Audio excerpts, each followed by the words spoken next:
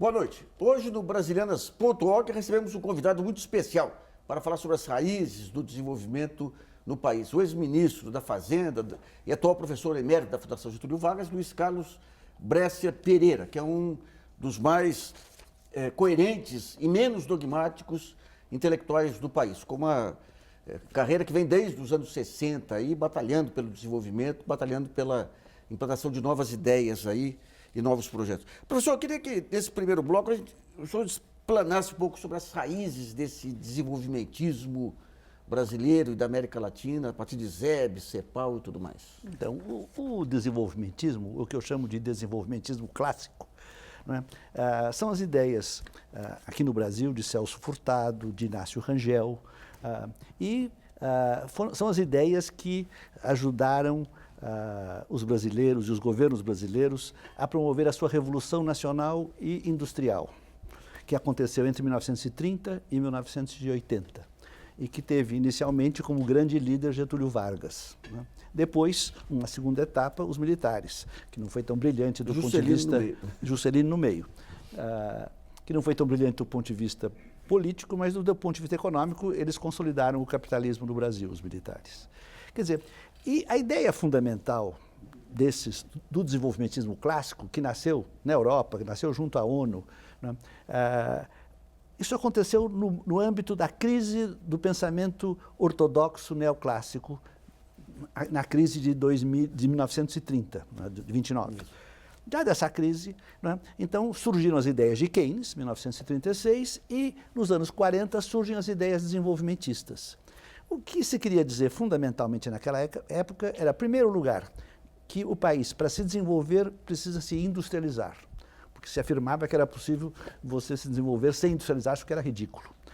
Que para industrializar-se o papel do Estado era muito importante, que o Estado devia planejar fundamentalmente a sua infraestrutura, com planejamento, com investimentos grandes, né? Isso era outra ideia básica.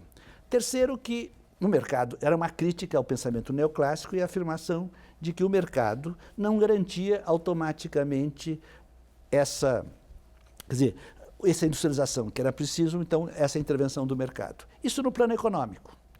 E no plano político, havia uma ideia fundamental. Era a ideia da revolução burguesa, ou da revolução nacional. Era pensar que o Brasil, a Argentina, o México, pensando nos grandes países latino-americanos, eles de alguma forma reproduziriam o que tinha acontecido na Europa e nos Estados Unidos. Ou seja, havia havido uma revolução industrial baseada antes de uma revolução burguesa, né, em que a burguesia se torna nacional, se torna a classe dominante, né, realiza a revolução industrial e o país se desenvolve. Quer dizer, esperava-se que fosse possível fazer a mesma coisa aqui, né? Uma revolução burguesa em que a burguesia nacional se associaria aos trabalhadores contra o imperialismo, porque então o adversário quem era? Era o imperialismo e era também a oligarquia agrário-mercantil, os velhos cafeicultores do Brasil dos anos 20, etc. Essa era a ideia política. Essa ideia política estava constituída fundamentalmente no ISEB, o Instituto Superior de Estudos Brasileiros, que foi um grupo que se formou nos anos 50. Que teve boa influência do governo Juscelino, né? Teve boa influência. E as grandes figuras deles eram o Inácio Rangel, que era o grande economista, Hélio Jaguaribe, né, que era o grande cientista político, e o Guerreiro Ramos, o grande sociólogo, e Álvaro Vieira Pinto, filósofo. Né? Conheci todos eles, né? Eles foram fundamentais na minha própria formação. Enquanto que na área econômica, o grupo era o grupo da CEPAL, da Comissão Econômica para a América Latina, que fica em Santiago, e o Prebisch era o primeiro nome, em seguida, né, é Celso Furtado, que é a grande figura. E se a gente pegar, digamos, o Celso Furtado e o Prebisch, apesar dessa ideia de que a CEPAL, o desenvolvimentismo era contra, a favor não, levavam a desequilíbrios fiscais, eles, à frente dos ministérios aí da Fazenda, eles propuseram políticas de ajuste bem moderadas, né? Sem dúvida. O Celso Furtado, por exemplo, ele foi ministro do Planejamento no meio daquela imensa crise que foi o governo do João Goulart. E ele fez o plano trienal. E o plano trienal é um plano de ajustamento fiscal, muito firme.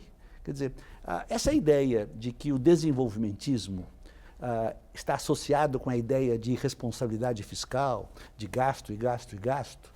Quer dizer, isso é um equívoco. Quer dizer, é o desenvolvimentismo e o keynesianismo também. Eles acham que Keynes, esses economistas acham que Keynes era defensor de déficits públicos permanentes. É verdade que o Keynes fez uma revolução na teoria econômica, antes dos desenvolvimentistas, né, na teoria geral de 1936, dizendo, olha, quando você tem uma grande depressão, uma grande recessão, você precisa expandir o crédito e a despesa pública. E aí você deve... Agora, isso comprova que, digamos, a teoria vem depois que a intuição política leva um Roosevelt a promover o New Deal. Exatamente. Mas, de qualquer forma... Sistematiza, Keynes sistematizou, pensou, fez um grande trabalho. Agora, Keynes sempre pensava o seguinte, que havia recessão, havia expansão fiscal, mas em seguida o governo parava e restabelecia as suas finanças rapidamente. Eu tenho um artigo que eu publiquei na revista dos pós-keynesianos dos Estados Unidos, em 1991, veja, junto com o Fernando Dalacqua, em que eu defendo Keynes contra os populistas fiscais. Tá. Né? E dizia, o Keynes está virando na sua cova. Né? Agora, Brás, um ponto muito interessante é o Inácio Rangel, que ele, nos anos 60, ele percebe a importância de você ter um capitalismo financeiro aí para financiar os... E ele passa a defender políticas monetárias flexíveis para permitir aos bancos aqui se capitalizarem com a inflação e darem o salto seguinte. Como que ele era visto nas rodas desenvolvimentistas e cepalinas aí? Ele não era, ele é um desenvolvimentista, mas não é um ortodoxo cepalino. Né? Então, a coisa mais importante dele não foi essa. A coisa mais importante dele foi a teoria da inflação dele. É o livro de 63, que foi muito importante. Mas ele era um homem muito criativo e também teve essa ideia que você está falando. Então, mas a teoria da inflação está amarrada com essa questão de que a inflação permite a acumulação no setor financeiro que vai permitir ao país ter poupança própria. Isso. Então ele via com muita clareza de que o investimento precisava ser financiado e que você contar exclusivamente com o financiamento do governo não era possível. Então, e veja que ele passou o final de toda a vida dele no BNDES, sendo economista do BNDES. Então ele defendia também o fortalecimento do sistema financeiro nacional, o que ele tem absoluta razão. Quer dizer, um país para se desenvolver precisa não só de um sistema de financiamento público, mas também um sistema de financiamento particular de boa qualidade. Mas desde que esse sistema esteja identificado com os interesses nacionais. E era isso que Inácio Rangel não percebeu, né, que a tendência mundial era... O capitalismo global. Com a globalização, isso agora... Nós não estamos mais nos anos 40, 50, 60, mas agora nós estamos numa crise dos anos 70 nos Estados Unidos e nos anos 80, então começa a globalização e a hegemonia completa do neoliberalismo. Quer dizer, nesse processo também é que a teoria, o desenvolvimentismo clássico morreu. As últimas contribuições para o desenvolvimentismo clássico foram do Celso Furtado nos anos 60. Então, mas depois disso não houve mais nada importante. Mas vamos voltar um pouquinho lá. Vamos lá. A ideia da industrialização como fator central de desenvolvimento Sim. acabou sendo depois corroída pelo fato de que a industrialização trouxe concentração de renda também. Ou seja, no momento que o Banco Mundial promovia lá atrás, né, o sonho, as 3 décadas de ouro do capitalismo, de reduzir miséria e tudo, a industrialização ela não trouxe esse fator de redução de desigualdades, de miséria para a América Latina. Mas isso, nós já estamos agora na crítica, né, que vai ser feita ao desenvolvimentismo. E a crítica começa internamente, né, nos anos 70, porque nos anos 70 o desenvolvimentismo ficou identificado no Brasil com os militares. Porque eles, especialmente a partir de 67, quando o Delfim Neto se torna o ministro da Fazenda. É um grande economista e promoveu o desenvolvimento econômico do país de forma extraordinária, mas de forma conservadora e compatível com a concentração de renda. Eu tinha 17, 18 anos, mas eu lia muitos artigos de um professor Bresser Pereira criticando o Delfim. Qual que era o centro das suas críticas ao Delfim? As minhas críticas ao Delfim eram fundamentalmente porque ele concentrava a renda, o que é verdade. Agora, era injusto com ele, se você quiser, é porque ele realmente é um economista muito competente e ele estava promovendo o desenvolvimento econômico do país de maneira extraordinária. Ele montou um sistema em 67, né, de neutralização da doença holandesa, que ele nem conhecia. Ele montou um sistema de subsídio às exportações de manufaturados, junto com a alta tarifa de importação. E as mini desvalorizações também? Isso já vinha antes, de 64. E aí, com isso, as exportações de manufaturados brasileiras, que em 1965 correspondiam a 6% do total das exportações, 20 anos depois, 85, representam 66%. Que coisa. Foi uma coisa extraordinária. Quer dizer, o modelo já não era mais modelo de importações, era um modelo exportador de manufaturados que nós tínhamos lá, né? Agora, tudo isso no caso do Brasil, quer dizer, então, o velho desenvolvimentismo, o desenvolvimentismo clássico, morreu nos anos 60. Nos anos 70, né, houve a crise e nos anos 80 o neoliberalismo, houve a crise americana. A crise brasileira foi nos anos 80. Crise enorme, uma crise financeira. Uma crise porque o Brasil resolveu crescer com poupança externa. Mais uma vez, a crise externa... É sempre que leva. E essa crise financeira externa levou à alta inflação, né? E o Brasil, durante 14 anos, viveu uma alta inflação, foi um desastre muito grande.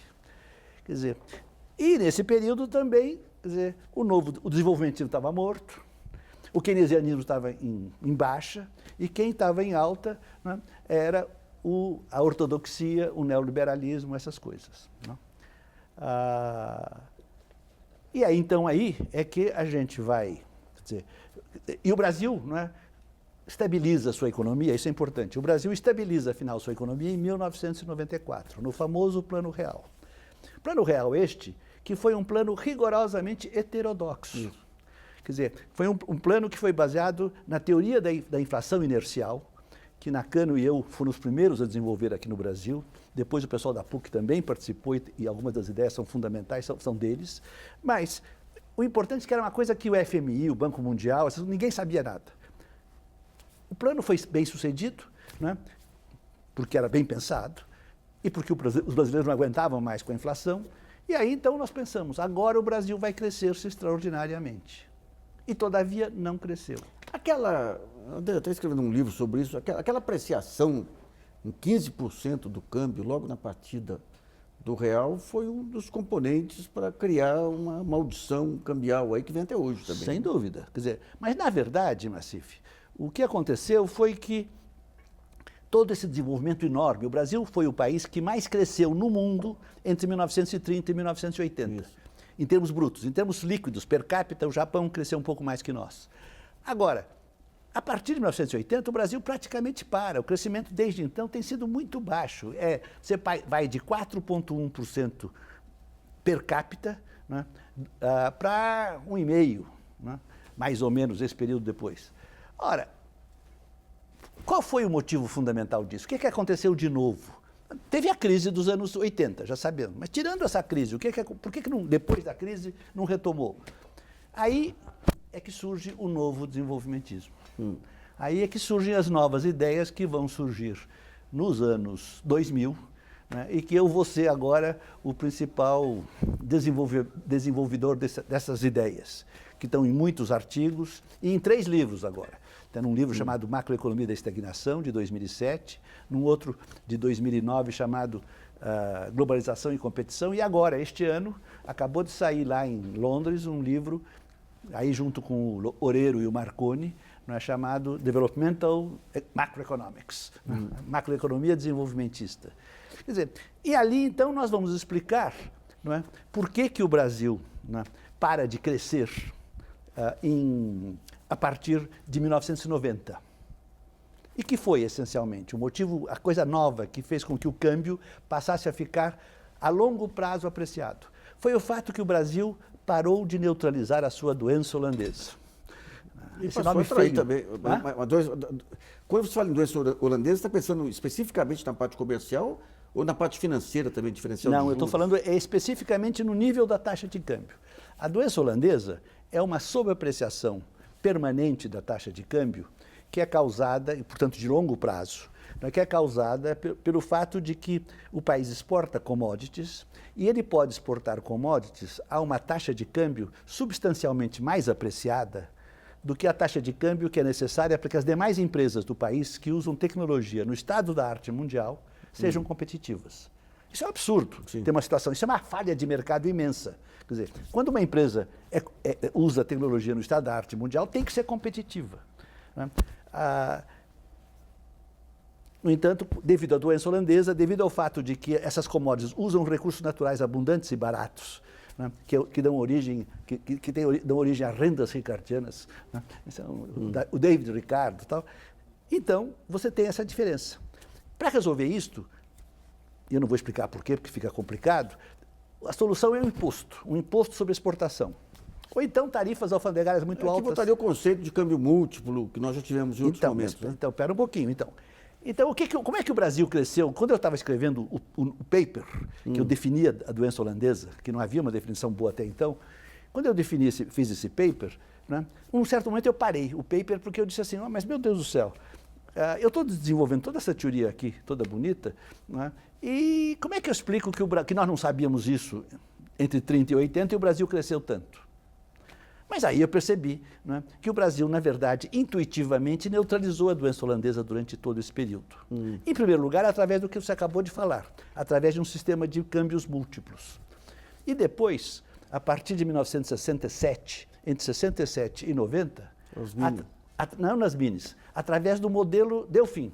As minis começam em 64 para manter a taxa de câmbio no lugar certo, mas o nível, como é que era garantido? Era através do famoso imposto que era chamado de confisco cambial pelos cafeicultores.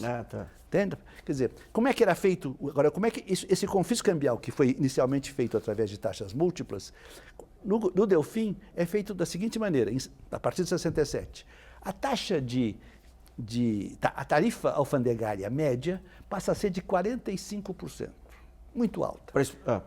Para importar manufaturados, 45%. E para exportar manufaturados, um subsídio médio de 45%. Entende? Quer dizer, o que dava isso? Isso dava um imposto de 30%. Esse subsídio, ele vinha de que forma? É subsídio mesmo. Direto? Na caixa? Na caixa, era permitido isso, não tinha OMC para impedir. Né? E como é que funcionava, então, dado essas duas coisas? Dava um imposto de 30%. Por quê? Vamos supor, por exemplo, que a taxa de câmbio nominal fosse 20 cruzeiros por dólar. Né? Na verdade, 20 cruzeiros mais 45% dava 29. Quer dizer, então, na verdade, a taxa de câmbio para importar e para exportar era 29, exceto para o café e outras commodities. Para o café era 20. Então, 29 menos 20 é 9. 9 era o imposto que eles pagavam. E isso neutralizava a doença holandesa e a economia o câmbio podia ser mantido no nível competitivo, aí as mínimas valorizações eram importantes para não desviar, né? E estava resolvido o assunto, né? Ora, quando nós fizemos a abertura comercial, em 1990, 91, nós jogamos fora tudo isso. Quer dizer, e eu sou meio culpado disso, inclusive, reconheço. Eu, quando fui ministro da Fazenda, em 1987... Você pegou aquela relação dos produtos que eram... Qual foi o raciocínio que eu fiz? Eu falei, olha, o Brasil já não é mais um país de indústria infante. Né? Não há nenhuma razão para você ter uma... Que era a teoria da integração competitiva que vem de economistas do BNDES. Também. Quer dizer, eu disse, então não há razão para você ficar fazendo uma proteção de 45%, não é para uma indústria que já está madura e que tem que tratar de competir. Vamos fazer a abertura comercial. E como chama o técnico que montou... Você levou outro dia na GV? O Zé Tavares. Isso. O Zé Tavares era que me ajudou a iniciar o processo de abertura comercial. Mas eu estava errado completamente, porque daqueles 45%, mais ou menos, não era tudo protecionismo, só metade. A outra metade, um pouco mais que isso, 25%, era neutralização da doença holandesa. Quer dizer, na hora então que você acabou com tudo isso...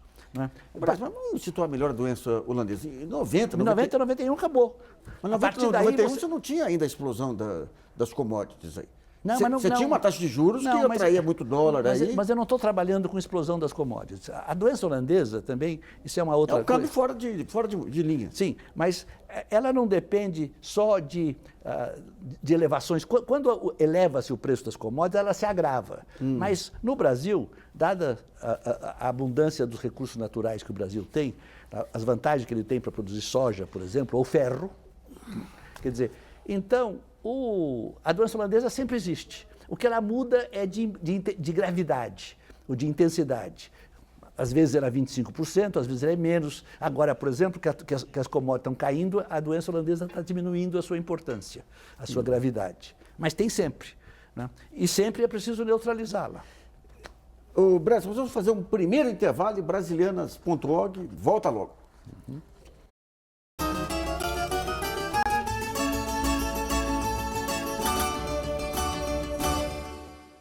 Voltamos a apresentar o Brasilianas.org especial, que hoje entrevista o ex-ministro da Fazenda e atual professor emérito da Fundação Getúlio Vargas, Luiz Carlos Bresser Pereira.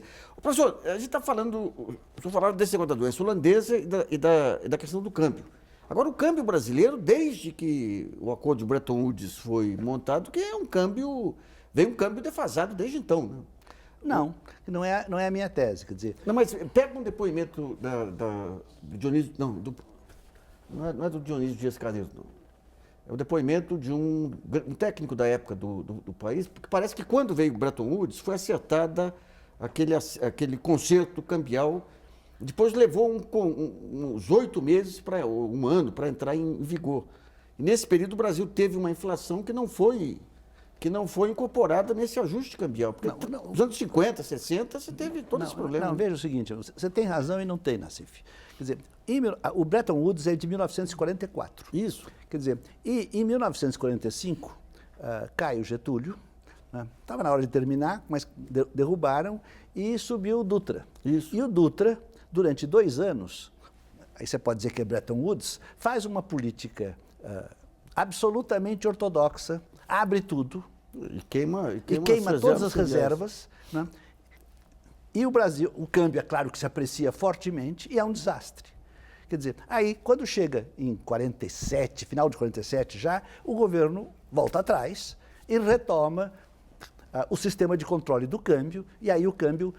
Mas a paridade continua desfavorável. Não, mas aí eles fazem os mecanismos Os roda-aranha, né? Os mecanismos de câmbio múltiplo, e através de vários mecanismos complicados, né, eles colocam a taxa de câmbio no lugar razoavelmente correto, tarifas e câmbio múltiplo. Mas, nós tivemos crises cambiais persistentes com Getúlio, com Juscelino, com Jânio, com Jango. Quer dizer, mas isso não impede que haja crises cambiais. Mas deixa eu... Quer dizer, o que eu, de qualquer forma, tenho que explicar é o seguinte. No novo desenvolvimentismo, então, como é que surge esse novo desenvolvimentismo? Surge porque eu estou aqui no começo dos anos 2000, muito decepcionado com o que tinha acontecido no plano econômico, especificamente no governo Fernando Henrique, né? Vendo o resto da América Latina, na Argentina, por exemplo, com Menem, né? Que aquilo era um desastre, no México outro desastre, todos aceitando as ideias neoliberais, né? E eu disse, bom, já que está tudo errado, né? Mas, ao mesmo tempo, as ideias que eu aprendi lá nos anos 50 e 60, do desenvolvimentismo clássico, dos meus mestres, então, lá no começo dos anos 2000, eu via com clareza, né, que as ideias ortodoxas, neoliberais, absolutamente não resolviam os problemas do desenvolvimento e muito menos da distribuição de renda no Brasil e na América Latina, mas também que você simplesmente voltar às ideias dos meus mestres, as ideias de Prebisch, Celso Furtado, Inácio Rangel, também não resolviam o assunto, que nós tínhamos novos problemas, novos desafios e que nós tínhamos que ter uma nova teoria. E foi aí, então, que eu comecei a desenvolver as ideias do novo desenvolvimentismo. E hoje, passam-se agora 14 anos, 3 livros, muitos papers, etc. Né? Hoje a coisa está bastante clara para mim, o que a gente conseguiu fazer. Né? É um conjunto de ideias assim, que eu chamaria revolucionário. Por que revolucionário? Porque ela vai ter como resultado, depois eu explico por quê, vai ter como resultado o seguinte: um país como o Brasil, para crescer, ele deve ter equilíbrio fiscal, sem dúvida nenhuma, nada de ficar se arrebentando fiscalmente, e não precisa de capital externo. Ele deve, na verdade, o Brasil deve ter um pequeno superávit em conta corrente. Portanto, essa história de crescer com poupança externa é um imenso equilíbrio, é um imenso equívoco, é um imenso equívoco. Né? Isso vai contra, digamos, o saber convencional. Eu vejo jornais... Você tinha que ter o déficit para poder ter a poupança externa. Quer dizer, isso é uma coisa que parece óbvia. Não parece, não, é uma besteira. É uma grande besteira, mas não é tão simples de você entender, porque um economista diz assim, é natural que os países ricos em capital transfiram seus capitais para os países pobres em capital. Né? Então, nós, brasileiros, precisamos, pelo amor de Deus, que as multinacionais venham aqui e invistam no Brasil. Isso é uma grande tolice. Uma coisa é investir em tecnologia, máquinas, equipamentos, outra é capital, né? Bom, agora... Mas eu trouxe, então, para isso uma teoria macroeconômica que explica isso.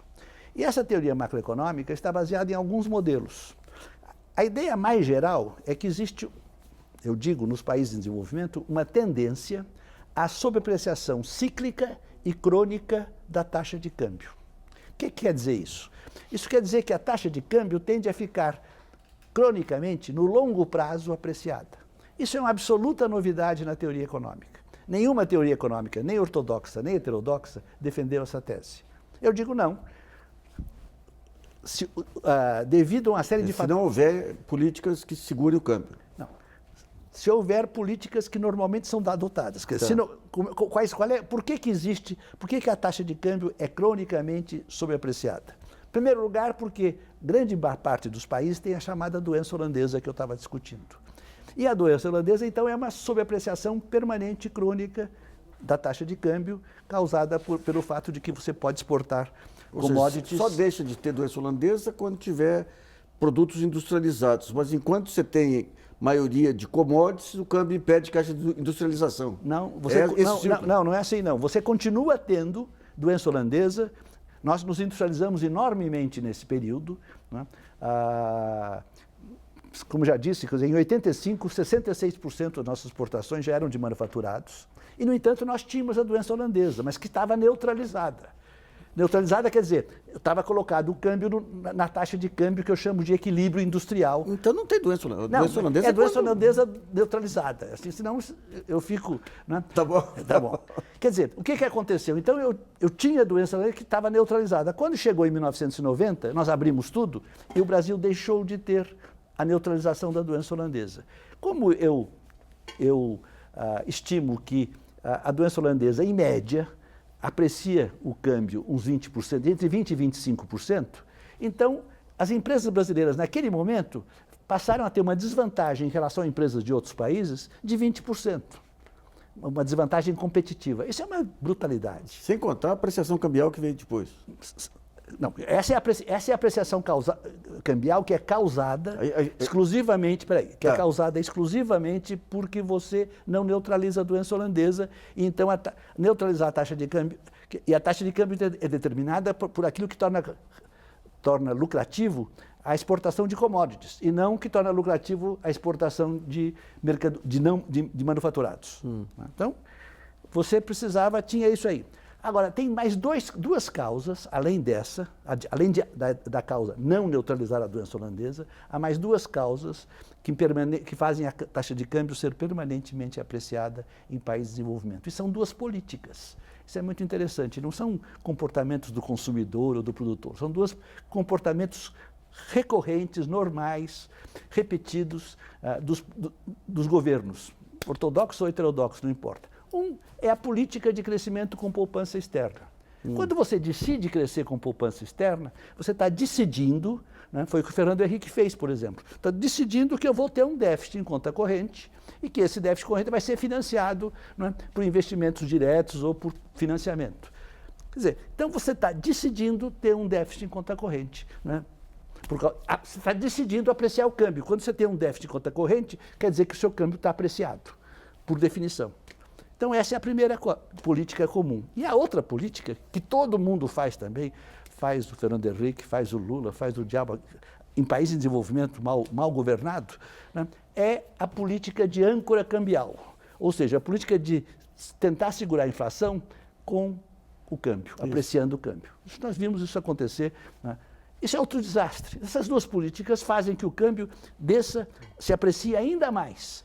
Quer dizer, abaixo do nível que é definido pela Roberto Campos, doença holandesa. nas memórias dele, ele conta no governo Juscelino que eles tentaram implementar, eles sugeriam uma política cambial agressiva, pegando o exemplo da Coreia, que estava começando. Sei. E daí Augusto Frederico Schmidt segurou, porque tinha amigos, até amigos nossos aí, que estavam importando máquinas, e isso poderia criar problemas de caixa aí. O Roberto Campos era um brilho, né?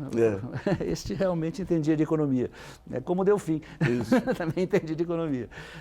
Mas o fator... Bom, o fator então esses dois fatores, esses três fatores, doença holandesa não neutralizada, política de crescimento com poupança externa e política de âncora cambial para controlar a inflação, essas coisas fazem com que o Brasil, então, tenha uma taxa de câmbio apreciada que provocando déficit em conta correntes elevados, e aí, então, que vem a teoria diz que é uma taxa de câmbio que tem uma tendência à sobrepreciação crônica e cíclica. O que quer dizer o cíclica? É que o país, desse tipo de coisa, deixado assim, ele vai de crise financeira em crise financeira, aquilo que você estava falando agora mesmo. Então, você tem uma crise, quer dizer, porque você vai se endividando externamente, até que um dia os credores, não é, perdem a confiança e você deprecia a moeda. Aí você vai lá para cima. Os caras saem antes, depois voltam lá em cima e começam a ganhar de novo. Isso, outra vez. Aí tem um monte de jeitos de ganhar dinheiro, inclusive. Mas para o país é um desastre isso. Né? Quer dizer, toda essa teoria, esse novo desenvolvimentismo, ele está focado na taxa de câmbio.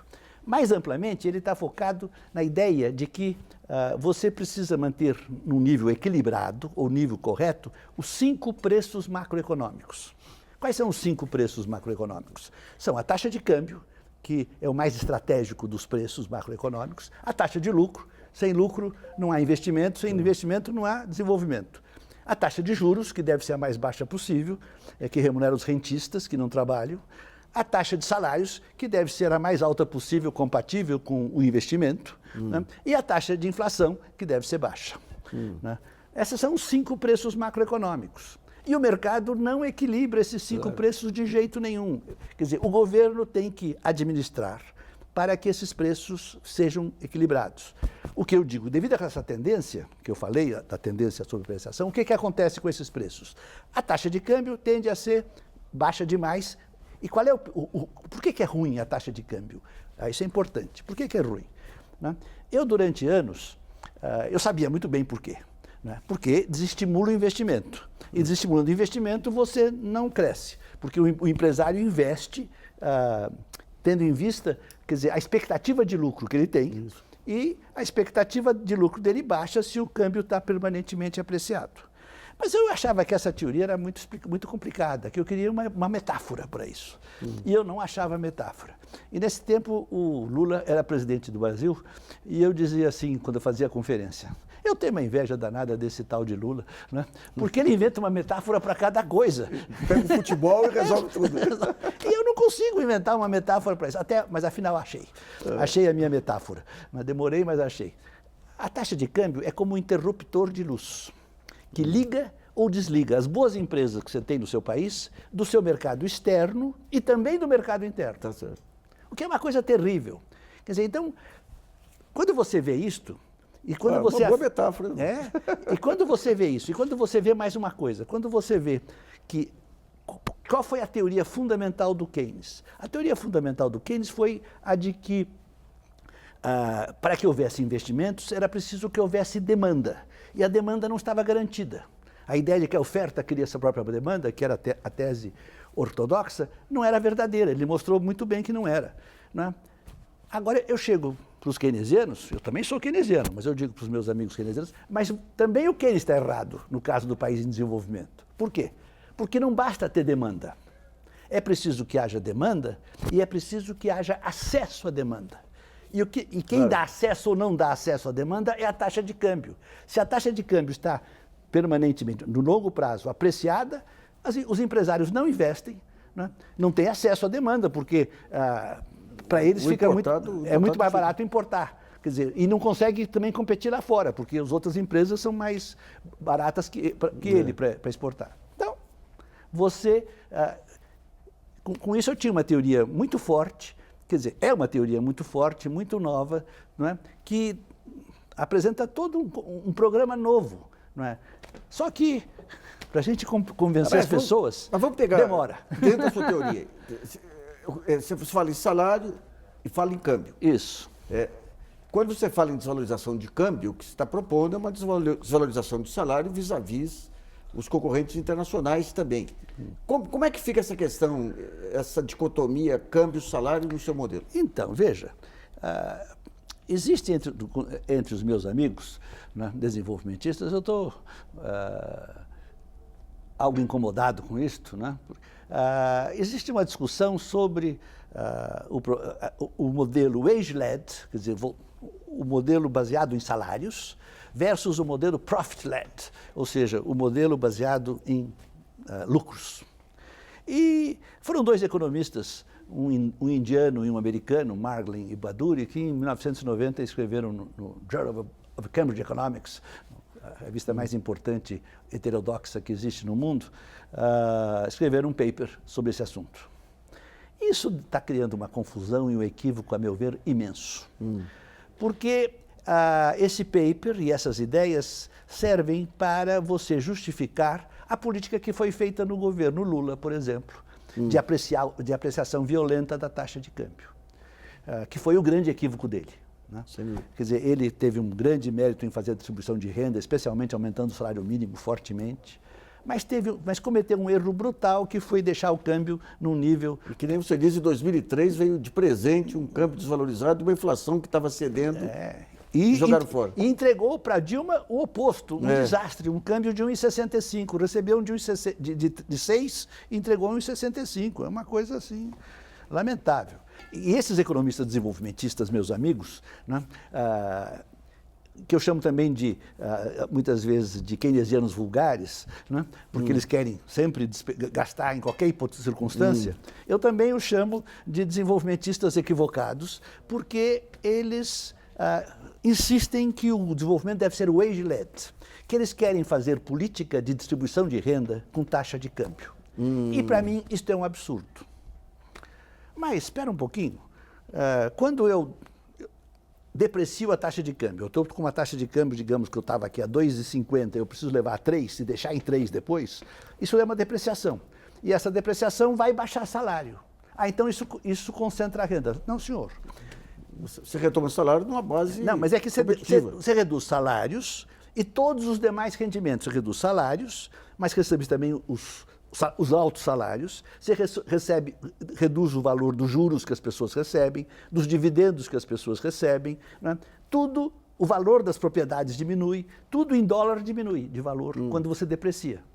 Portanto, sob esse aspecto, não há nenhum caráter concentrador de renda. Só sobe o lucro dos empresários. Não, e os produtos não comercializáveis também. Não, quando você deprecia é o contrário. Quando você deprecia o câmbio, os produtos não comercializados caem, não é? E aumenta. Sim. Então, os comercializáveis que não caem. Isso. Quer dizer, o fato de aumentar os lucros dos empresários é exatamente o que se quer, porque os lucros dos empresários estão deprimidos pelo câmbio apreciado. Então você precisa depreciar para o câmbio ficar, para o lucro, a taxa de lucro ficar no nível satisfatório, ou seja, o nível que é suficiente para que os empresários fiquem motivados a investir. Então, isso é um erro brutal. Eles ficam erro brutal o erro brutal é querer você distribuir renda mantendo o câmbio apreciado. Isso não é forma de distribuir renda, coisa nenhuma. Mas então Mas o Brasil tem um problema muito sério de distribuição de renda. Como é que se distribui renda num país como o Brasil? Ou em qualquer país do mundo? Manter o salário mínimo. Tem três coisas para fazer. Uma é aumentar o salário mínimo, que aliás o Lula fez com grande competência. A segunda é fazer imposto progressivo. Isso é uma coisa impressionante, Nassif. Você pega, os Estados Unidos é o país rico que tem a distribuição de renda mais desigual do mundo. Nada é comparável com os Estados Unidos, é impressionante. E a Suécia é um dos países mais iguais de longe, né, com os demais países escandinavos. Muito bem, se você pega o Gini, a distribuição de renda, não é, dos Estados Unidos e da Suécia, antes do imposto é quase igual. A diferença é pequenininha. Agora, quando você põe depois do imposto, como os impostos são progressivos na Suécia e não são nos Estados Unidos, faz assim. Ah, certo. Professor, nós vamos para o segundo intervalo e Brasilianas.org volta já.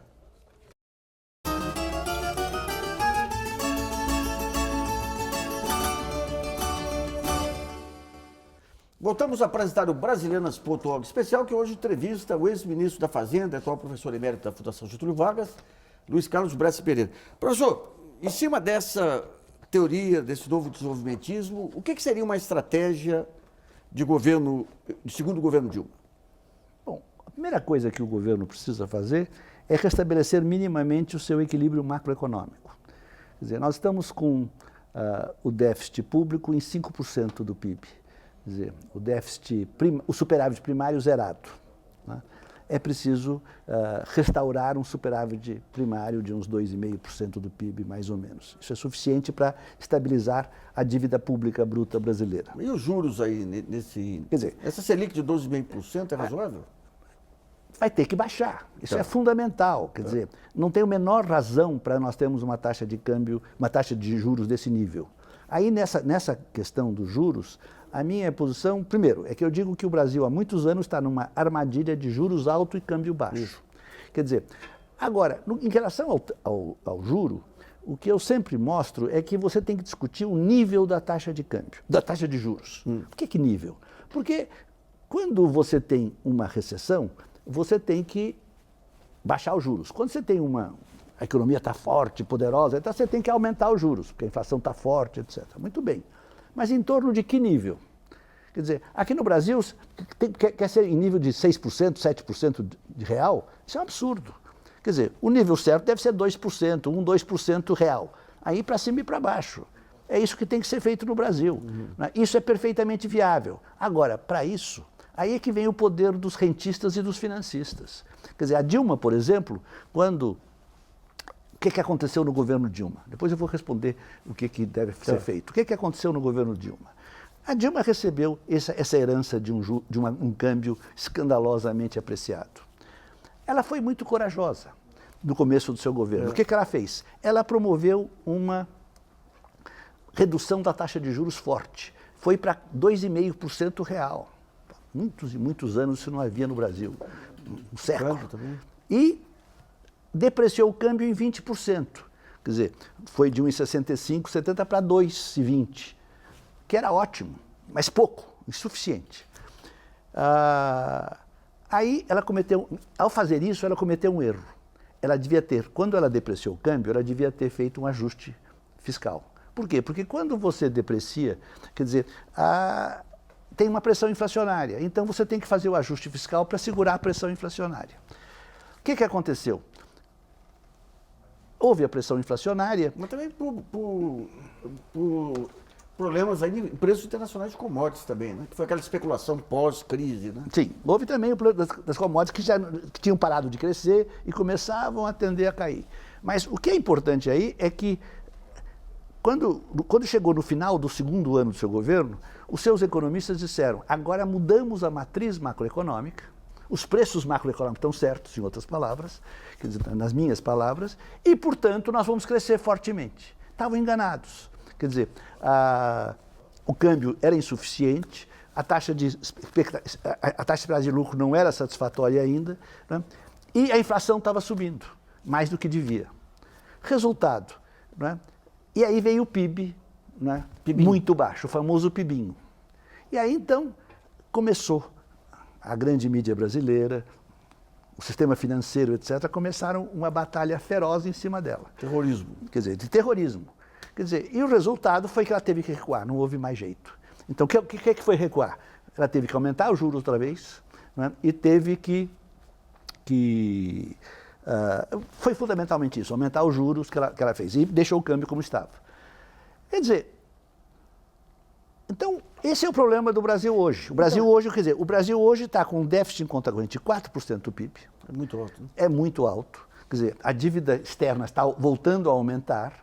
Quer dizer, o crédito internacional do Brasil já começa a ficar ruim outra vez. E já nós ficamos ameaçados, dentro desse governo, se não forem tomadas medidas fortes, a termos uma crise financeira. Você pode dizer, bom, mas agora nós temos câmbio flexível, e com câmbio flexível se não tem crise financeira. Não é bem verdade, porque com o câmbio flexível você pode ter bolhas. Tivemos em 2002, então, bem tipicamente. Então nós podemos ter outra bolha. Nesse momento não há espaço para bolha, porque o Brasil está muito mal visto lá fora, né? E isso é bom até, né? Porque isso faz com que o câmbio fique mais depreciado e isso ajuda a resolver o problema. Então, o governo tem que fazer o ajuste fiscal, especialmente para impedir que suba a inflação, porque houve já uma depreciação cambial, já estava em 2,40, já está em 2,60. Você acha que vai aumentar mais? E vai aumentar mais, ao meu ver. Vai aumentar mais um pouco. Vai a 2,80 possivelmente, né? E é bom que isso aconteça, sim, mas tem que apertar. Agora, se ele conseguir sair dessa coisa, aí então, com um câmbio melhor, né, o país pode voltar a crescer. Aí o problema todo é segurar o câmbio nesse nível. Até empurrar um pouco para cima. Agora, para empurrar um pouco mais para cima, aí é que vem uma tese que eu estou começando a defender, que eu vou mandar um artigo para o Valor nos próximos dias, que é o que eu chamo a política second best para neutralizar a inflação inercial. Porque eu sei muito bem, quer dizer, que a proposta correta, que é o imposto sobre exportação, é politicamente inviável. Eu falo, as pessoas nem querem discutir, porque tem medo. Como é que eu vou falar? Como é que ele vai falar com o pessoal do agronegócio? Embora não vá custar nada para eles, mas não adianta. Nem explico que não custa nada, que o que eles pagam em imposto recuperam em tarifa, recuperam em depreciação cambial, não adianta. Muito bem. E as pessoas têm medo da inflação também, que vai dar a depreciação, e ninguém quer saber de nada. Muito bem. Agora está mais fácil isso, mas a minha proposta é uma proposta que é o que eu chamo de second best. Second best é neutralizar a doença holandesa do ponto de vista do mercado interno. As empresas, o resultado dessa second best, dessa segundo melhor, é que as empresas continuam não podendo exportar, né, mas elas podem, no mercado interno, competir em condições de igualdade. Como é que se faz isso? Né?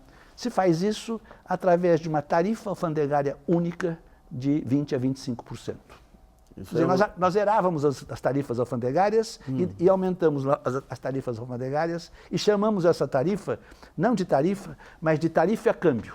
Então, uma tarifa câmbio variável, que vai variar entre 20% e 25%. Essa discussão de considerar o câmbio como componente de disputa comercial, que é correto, né? Até essa colega sua, Vera Torce, tem tentado levar na Organização Mundial do Comércio, mas já é aceito isso? Veja, é uma coisa muito nova.